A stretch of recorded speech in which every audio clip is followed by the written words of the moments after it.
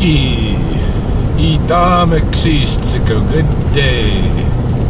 It is about 2:30 in the afternoon of Friday, the 3rd of November 2023. I was about to say October. In the lunar cycle, when the cold arrives. And Kris and I are on our way to Tyrell Lake, which is just kind of southeast of Lethbridge. And that's one of the places where the snow geese congregate on their migration south. So over the last week or so, I've been hearing flocks of snow geese passing overhead, and the ice is starting to accumulate on the river and on the ponds and lakes and such. It's that time of year. The ice is going to drive all of these birds south that can't stay here. So the snow geese should be there at Tyrell in the many thousands today. We're kind of getting a late start to the day because, I don't know, we're just having a lazy time. Kris, it's her holiday. She has to kind of like use it or lose it with some of her holiday days or vacation and stuff. And so she's taking a week off, and this is like right at the beginning of it. And we had a late night last night. We went out to go see Killers of the Flower Moon, the Martin Scorsese film with Leonardo DiCaprio and Robert De Niro and our local actress, Lily Gladstone. Yeah, Gladstone girl, who really stole the show, you know. It was a long movie, like a 3.5-hour movie. What did you think about that? I liked that. Yeah? What did you like about it?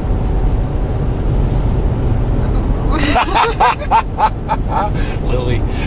Yeah. No, they had a lot of good native actors. It was a good movie, but it was a long movie, and about when it was like moving into the third act and stuff and moving toward the court scenes, I kind of started to like even doze off a little bit. I think I slept toward the end of the movie. But at one point there was some kind of gun shots going off in the movie, and I kind of like I startled myself. It startled me.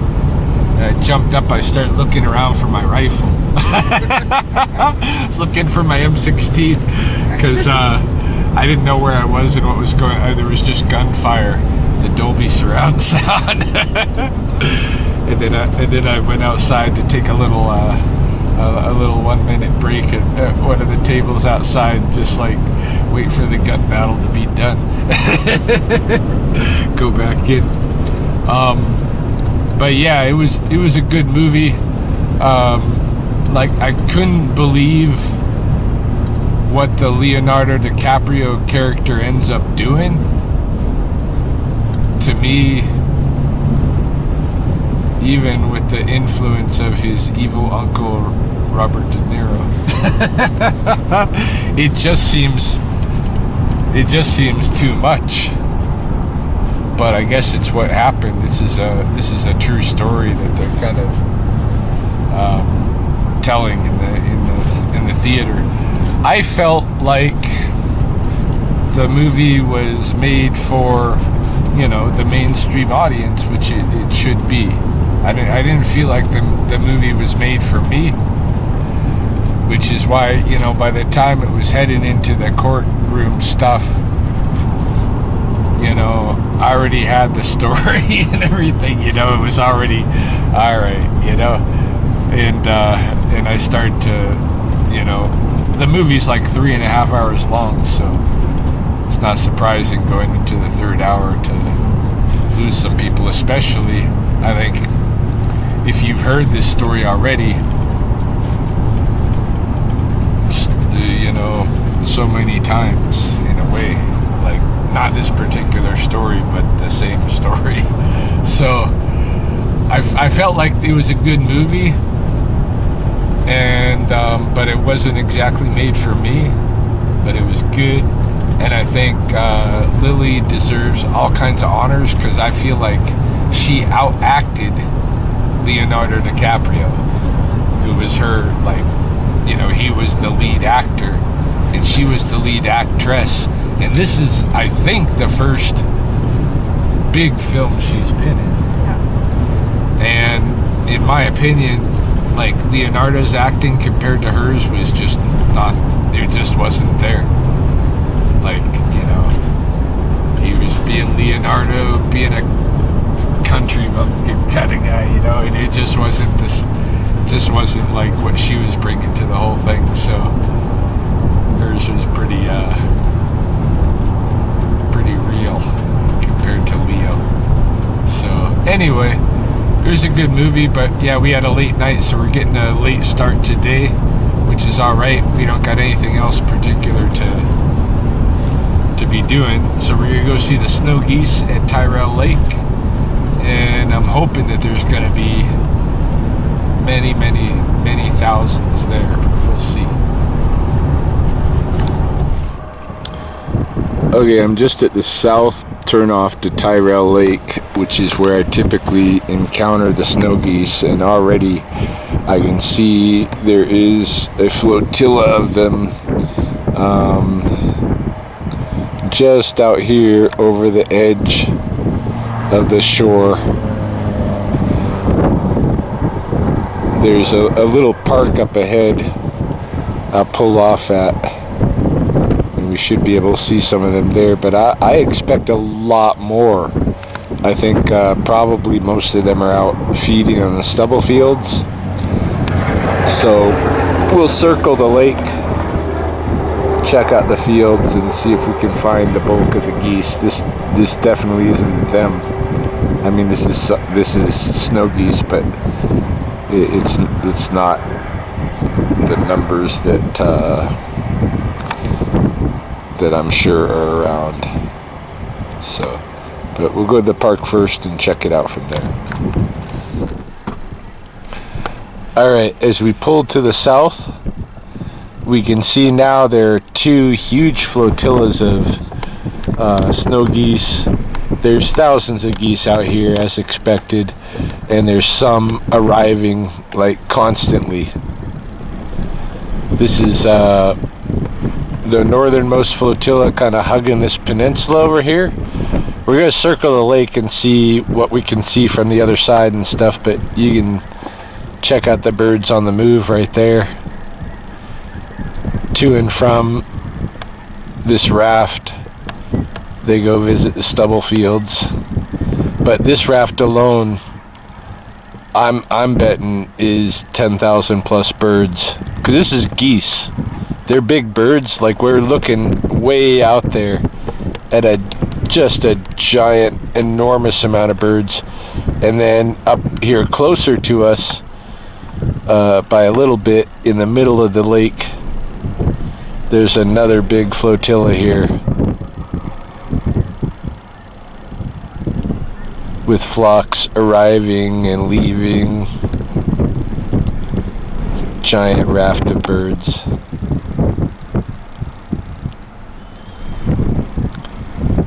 I'd like to get really close to a big flock movement, because that's always really impressive to witness. But even if we don't, like, there's a lot of birds.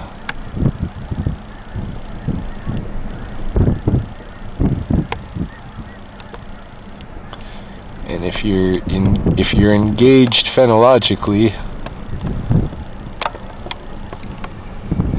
this is one of the kind of events here locally that you'd be interested in, because this is the time when we get these birds, and they're just not here otherwise.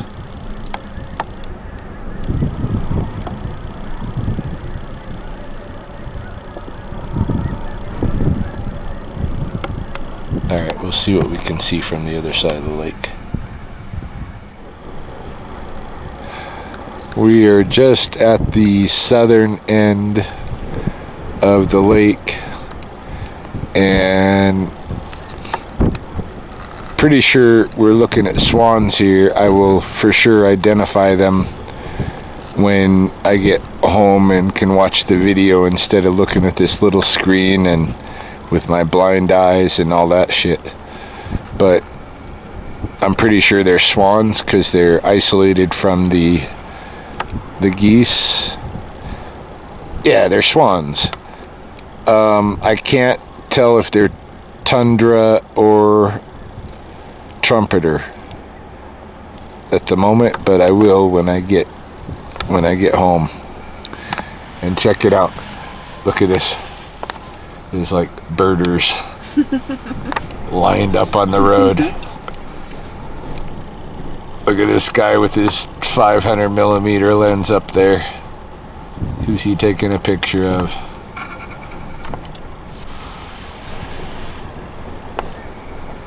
I don't know. But anyway,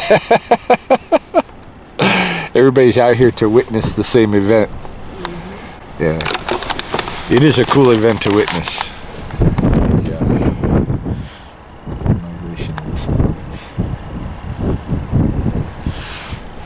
I need to change batteries. This battery's almost dead. Alright, we've circled the lake. And we're coming back around to the southwest side of it now. But I just noticed that something startled the snow geese. And they're up in the air doing one of those big flock events. I wish we could be like right in there, because it would be crazy. I mean, what we're seeing even from here is just thousands and thousands of geese. Like, I can't even estimate the numbers. It's ridiculous. I got a call from town. Well, a couple of calls I just got, but one of them is going to bring me back to Lethbridge right away. I've got a raccoon in a trap, apparently at Neil and Gord's Sporting Goods, where I've had a raccoon trap set up for the last week or so. It's late in the day, so it's probably been there since last night, which sucks. But yeah, I gotta head out. But yeah, this is pretty cool. The snow geese are way up in the sky now. Can't even focus in on them.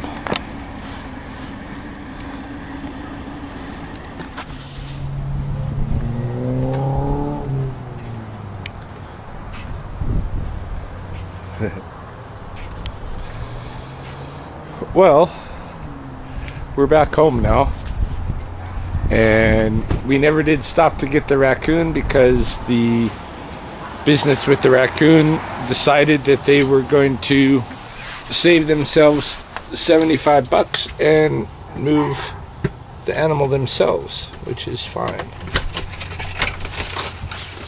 Hey, doggos. Hey, Taylor, come on in. Come on. Get in here. So, I think that the migration of the snow geese still has a bit yet to go. The congregations are not as large as they're going to be yet. There's still a lot of cold and ice that we haven't had yet. We got like a little visit of winter, but it's not the real winter yet. And when that comes is when we're really going to see them in the giant congregation. So I think today was kind of a scouting mission, and I'll probably go back out in maybe 2 weeks and see where things are at out there.